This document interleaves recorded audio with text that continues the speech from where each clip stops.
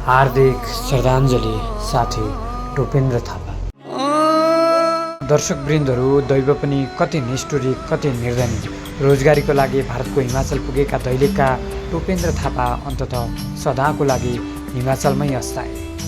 दर्शकवृन्दहरू, जन्मपछि मृत्यु सबैको निश्चित हुन्छ, तर यस्तो मृत्यु दैवले कसैलाई नदियोस्।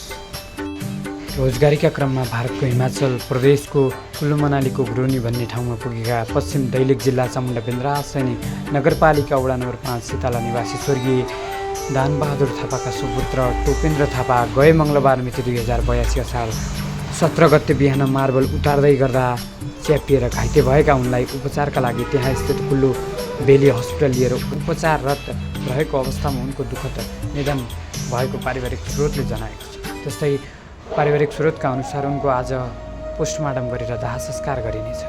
टोपेन्द्र स्वर्गीय दानबहादुर थापाका कान्छा छोरासँगै दाइ प्रकाश थापा र दिदी कल्पना थापाका कान्छा भाइ हुन्।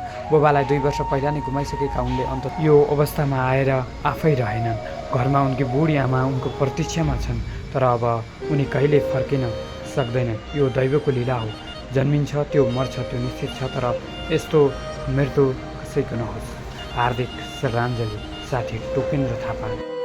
हँसिलो अनुहार र सधैँभरि मेहनती रहेका उनी यति बेला उनको मृत्युले घर परिवार मात्रै होइन पुरा समाज नै शोकमा छ र यति बेला उनलाई सामाजिक सञ्जालमा श्रद्धाञ्जली दिनेहरूको लर्को लागिरहेको छ।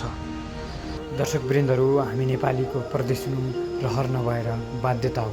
नेपालमा बेरोजगारी बढ्नु, अशिक्षा बढ्नु यसको प्रमुख कारण हो।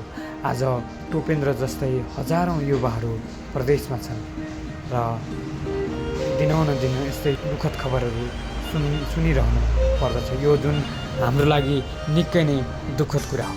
तपाईँहरू जो जहाँ हुनुहुन्छ सुरक्षितका साथ काम गर्नुहोला र सुरक्षित रहनुहोला। मृतक टोपेन्द्र थापाप्रति फेरि पनि भावपूर्ण श्रद्धाञ्जली।